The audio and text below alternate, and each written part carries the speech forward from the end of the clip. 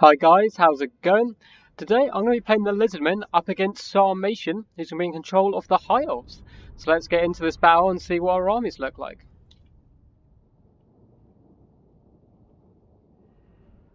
Oh, if we do load in there we go.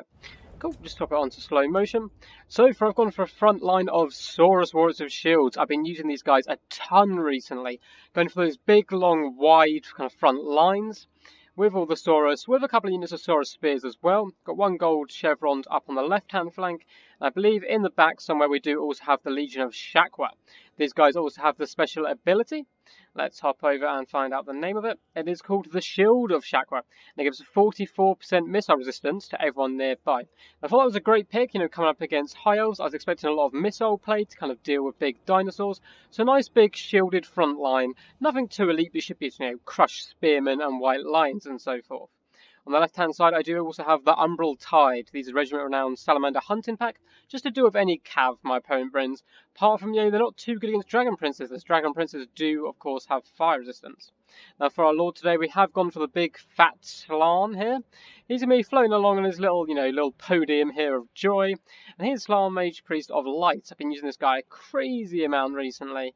And let's see what we have on him. So we do have, Banishment, Shield of the Old Ones, Aura of Quetzal, and Blood Statue of Spite for all his gear. He's also brought Brino's Time Warp, another Banishment, the Net of Amantalk, and Files Protection. On the right-hand flank, we do indeed have some Feral Cold Ones, and also a unit of Horned Ones. These guys are great. They can tear apart most high-elf cavalry. They will struggle against Dragon Princes, however, with some of the buffs, you can put down from the Slan. These guys are a real solid pick overall. Now, for Sarmatian's army over here, he's actually gone for something a little bit different than I was expecting. I was expecting kind of mass cheaper infantry and a lot of bows, maybe the Sisters of Avalon. But instead, he's gone for a front line of white lines of Chase, backed up by 2 units of Swordsmasters of Hoeth. These guys are going to absolutely tear Saurus apart if left alone. In the back, he does have 1 unit of Spearmen. He also has a unit of Silver Helms, a Lawmaster of Hoeth. I haven't faced this guy too often, but he is a mage slash, kind of combat character. Very decent overall. It looks like he does have Spirit Leech and what healing is that? I know it's one of them. There you go. He's also got an Earthblood. So Earthblood and Spirit Leech, which is a nice little decent kit out. And for his lord, he does in fact have Tyrion up here on his mighty steed with his flaming horse charging through his troops to the front line. Somewhere hidden around as well, I believe there is a noble charging up front here. And up in the air, a Frostheart Phoenix.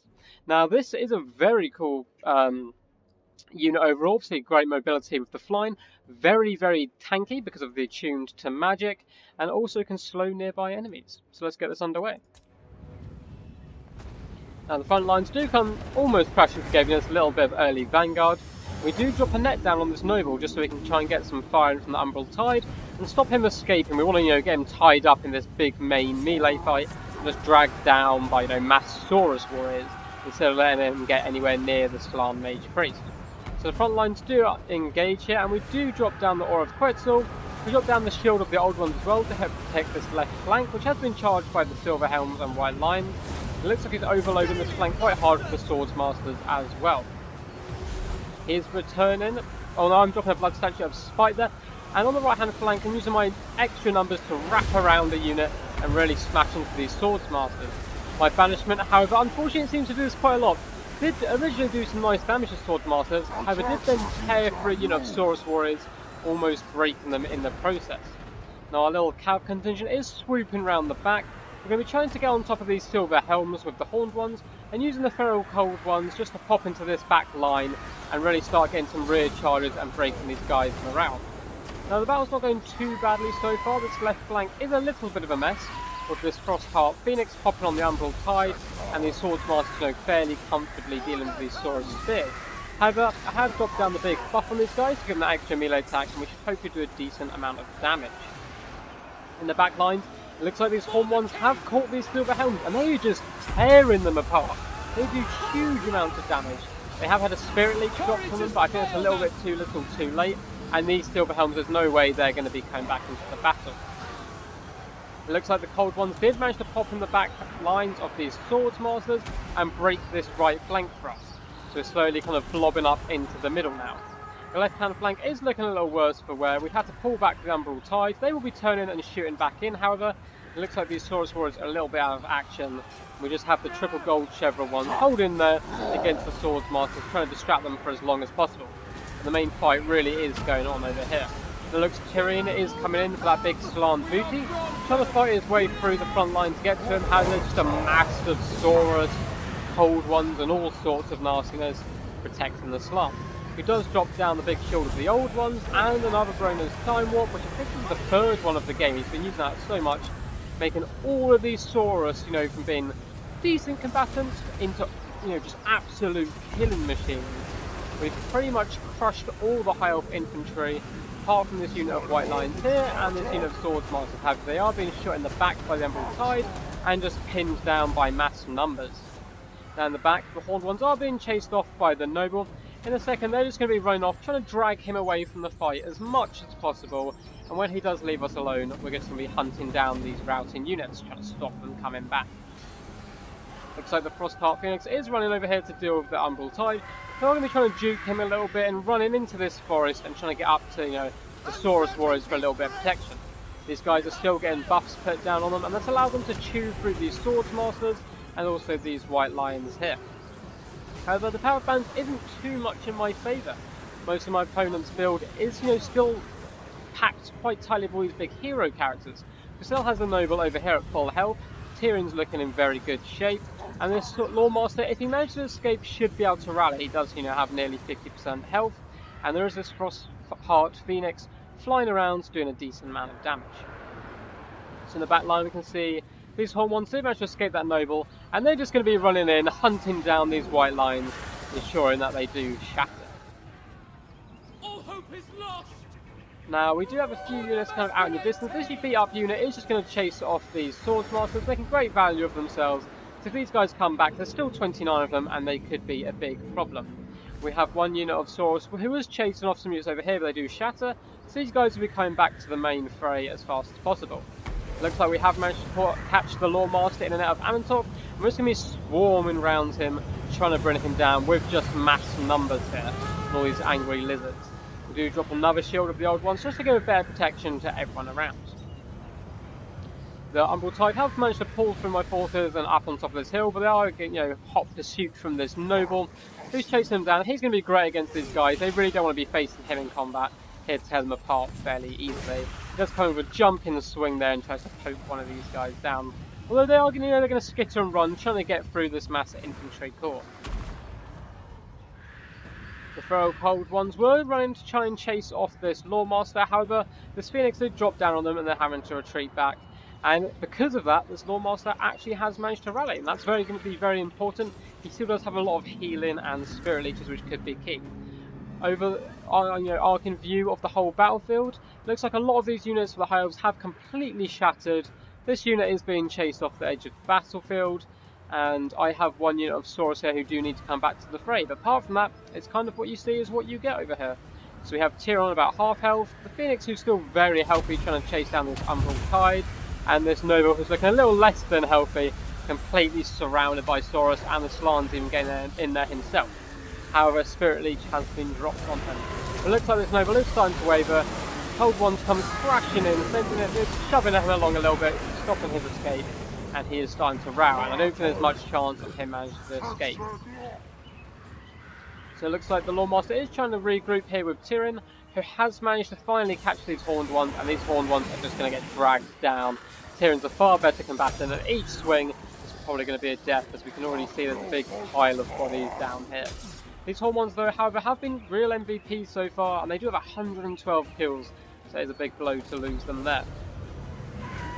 Another shield of the old ones comes popping down. We have managed to net this Frostheart Phoenix. This thing is so tanky. I don't really have too much to deal with it. I do have a few spearmen left around, the Legion of Shakwa and the Astoris, but just between them, it's going to be quite tough to take down these big units. So I do make the tactical decision to instead fall back to the tree line. Inside the trees, this Frostheart Phoenix is going to fight a little worse, and Tyrion on his horse as well will be at a little bit of a debuff. Now for my army, there's nothing here which is really going to get debuffed by the forest, so we might as well just fight in there and trying to hold out. I'm going to fast forward now, as this has become an incredibly grindy fight. I'm trying to move up to this big chunk of trees here. And as we can see, I do drop a banishment down here. That was just because I had one spare and there wasn't much good use for it. And an Earthblood does go down on these 3 entities, which is, the entirety now of Sarmatian's army. But the good heal there, getting these guys up. Healing really does help single entities a lot and really give them good value. So we do drop a net down on Tyrion, and we're just trying to bomb rush him at this point. I want to break Tyrion off. If we can shatter him, or at least rout him, the rest of these guys should run away. Even the Slan comes in there to get a little bit of action. However, Tyrion does drop his buffs, and it's just such a grind. My Saurus really can't break through these guys' armour. But still, the Lawmaster here is causing lots of problems. And in the back, the Frostheart Phoenix is just trying to pick off a few of these units. We do have that one unit who chased off the Swordmasters return into the fray. And we do drop a good shield off the old ones there, just to give us a bit of extra protection against Tyrion. Now I'm going to fast forward because, as I said, this just goes on for ages. Really trying to drag these guys down, but it's so tough. Looks like the Lawmaster is about to break, but there's just constant cycle charging here from the Phoenix. Tyrion's just tanking absolutely everything. Now Sarmatian is trying to snipe out the Slan constantly with the Frostheart Phoenix, which is obviously a good play. We nearly break Tyrion here. He's so close to break him. He's gone down to 8 leadership, back up to 12. So he's kind of jumping between the two, and he's completely surrounded. Looks like this Lawmaster has broken, but the Frostheart Phoenix was trying to make him rally for a little while. But he's returned back to the fray to try and snipe out this Slan, which is the only real chance. He has no chance of actually killing all of these Saurus, and so he needs to snipe out my leadership and try and break these guys. As you can see though, Tyrion is waving down to 3 leadership, 5 leadership, but all of a sudden it pops all the way back up. As he does pop all his buffs there. In the distance we can see the Lawmaster does rally and manage to drop down an Earthblood, doing massive healing to this Frostheart Phoenix and Tyrion. As you can see, some of our units are starting to almost waver. A lot of their leadership is kind of slowly being dragged down. And the Slan is only on, well, he's still got 1,400 health, but he doesn't have much defense. There's not too much health for him to have left. The Lawmaster is trying to charge into the fray, but I don't think he's going to get there. He is wavering pretty badly, and there he does completely shatter off the field, which is great for me. It means no more Spirit Leeches and no more of that nasty healing. However, when we were looking over there, Tyrion did get his massive heal off. You can see he's healed almost all the way to his cap. And that's because of one of his special items. I can't actually remember the name of it. I believe it's the Heart of Avalon, I want to say, but that could be for someone else. If we can find him in here, should be able to go. Then here it is. It is, the Heart of Avalon, which is a burst of life-saving hit points when it gets below 20%. And with that, tons of my units start to really waver here. Lots of the Saurus Warriors looking like they might run away. And this was such a frustrating game in a way, because I'm just trying to hack him to death whilst dodging constantly with the Slan Priest. And this Frostheart Phoenix just constantly trying to snipe him. It's a very stressful situation, especially when you've got that massive burst of health. As you can see, we do now plant the Slan Mage Priest right in the middle of some of these Saurus Spearmen. Drop another shield just to try, pit off this Frostheart Phoenix. Tyrion does keep trying to force his way to the Slan. It's his only chance of winning, obviously, to drag him down. But these Saurus Warriors are not letting their Slan down. They're guarding him with their lives, and they're just going to slowly hack Tyrion to death here. Frostheart Phoenix keeps coming in, but he just keeps scootering away here on his big old toilet seat, the Slan Mage Priest. And with it, we managed to finally break Tyrion. We didn't even manage to kill him, just about managed to break him there. And that is a Pyrrhic victory. So well played to my opponent. Let's go to the end. That's it. So Sarmatian is a very good tournament player. Seen him in lots of the big tournaments. He's often on Turin's channel, playing in the what's the big tournament called? The Eternal Challenger League. I believe he's also been on the Ever Chosen, but very good player overall. So I knew I had to bring my end game. So very well played to him. Quite liked his build. The Swordsmaster did a great job, but luckily just through the use of magic, all the buffs to the Saurus and the banishments, we managed to tear that front line apart, and it just became a really tanky battle there. MVPs, I think, has to go to the Horned ones. Yes, they were out of action at the end game, but they managed to absolutely crush these Silver Helmets who only got 1 kill in return, and then they popped in the back line doing a ton of damage and chasing off a lot of units. So I hope you guys enjoyed this episode, well, episode, video, whatever you want to call it. this battle report. If you did, please do leave a like, subscribe, comment, all that good stuff. And if you do want to support the channel, I do have a Patreon just below in the description. All money that's donated into the Patreon goes back into the channel, into DLCs and so forth. Now, in just over a week's time, so on Wednesday the 19th, we do have my first ever tournament, and it's going to be streamed on the channel. So it's going to be at 8 p.m. Standard British time, or summer British time.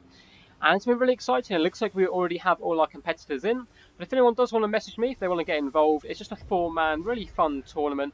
And we can put you guys down on the waiting list to either pop in if there's any dropouts, or to guarantee your place for next time. So hope to see you there, guys. Peace, peace. See you next time.